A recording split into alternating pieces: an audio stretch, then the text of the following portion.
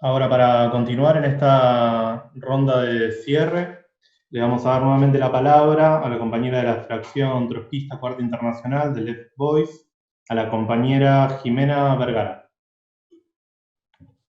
Hola, camaradas, gracias. No, quería primero debatir un poco con la consigna de fuera Trump. Mi impresión es que al ser Estados Unidos una república federal, donde los estados o provincias, como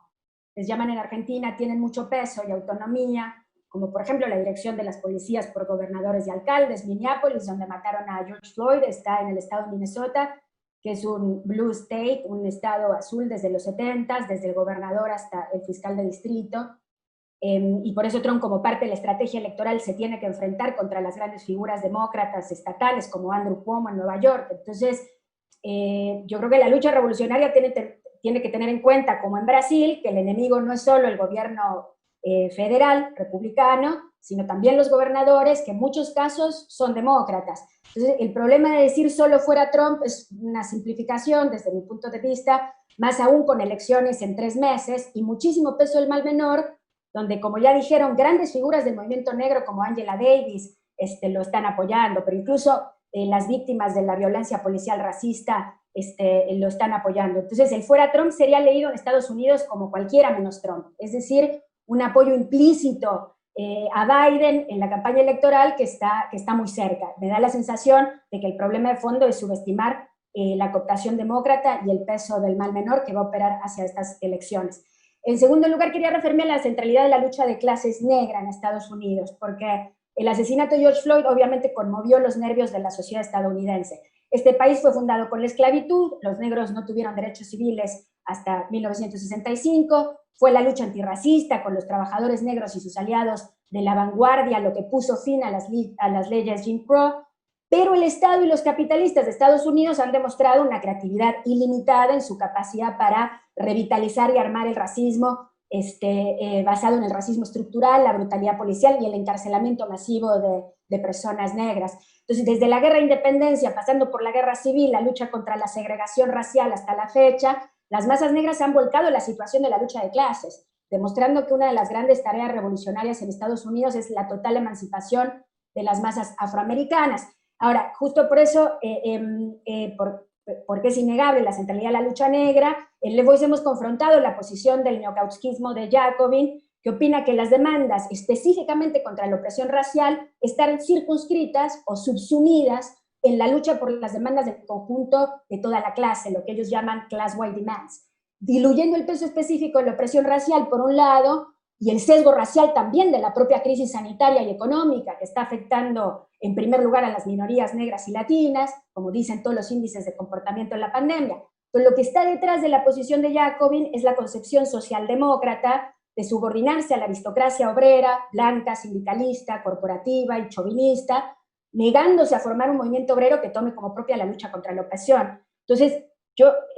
nosotros, y yo creo que la izquierda, queremos aprender de los errores de la izquierda en Estados Unidos, que por un lado se disolvió en los movimientos sociales, renunciando a unificarlos con la clase obrera y a construir un partido de combate en la tradición de Lenin, como un amplio sector de la hoy extinta ISO, International Socialist Organization, o que por otro se concentró en hacer sindicalismo sin pugnar porque la clase obrera estadounidense rompa con este corporativismo impuesto por la burocracia sindical y abrace como propia la lucha contra la opresión racial. Entonces, nuestra perspectiva es la de luchar contra la opresión con hegemonía proletaria, para enfrentar al Estado capitalista de conjunto. Ahora, ¿quién puede hacer que ese programa se encarne en sectores reales? No se puede renunciar a la tarea de construir una organización revolucionaria. Trotsky le dio una importancia fundamental a pensar con una gran imaginación, intransigencia estratégica, las vías para construir una organización revolucionaria en Estados Unidos. Lo hizo en lucha política con Cannon y la dirección del SWP,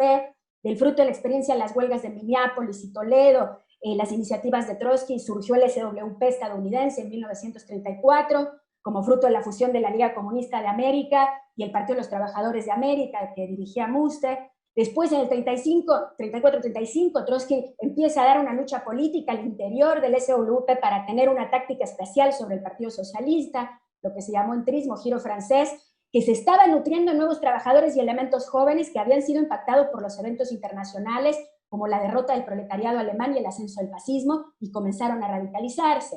En junio del 40, nuevamente en discusión con Cannon, quien se negó, y la dirección del SWP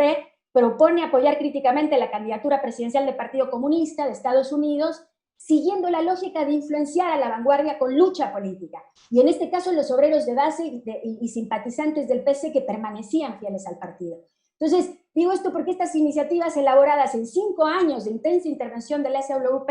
tenían el objetivo de buscar que el programa revolucionario se encarne en la vanguardia, y esto es imposible sin tácticas audaces, lucha política, con intransigencia programática, siguiendo el método de Trotsky. La emergencia de una organización revolucionaria en Estados Unidos no podrá darse sin esta lucha política. En el DCA, tácticas especiales hacia la vanguardia y los fenómenos políticos más dinámicos, claridad programática, experiencias comunes en la lucha de clases, ahí donde sea posible, de la izquierda y la vanguardia. Y por eso quería rescatar lo que dije antes, que el Left Voice, con una orientación que podríamos llamar izquierda, lo que estamos haciendo es intentar influenciar a esta vanguardia y a la izquierda mediante la lucha política y el programa, con el objetivo de organizar a los elementos revolucionarios o aquellos que giran a posiciones revolucionarias, hoy dispersos en un país continente federalizado, donde hay que unificar a la vanguardia tras claras banderas programáticas y hacer una experiencia de los fenómenos base izquierda que dé la realidad, con creatividad, con flexibilidad táctica e intransigencia ideológica, siguiendo a Lenin.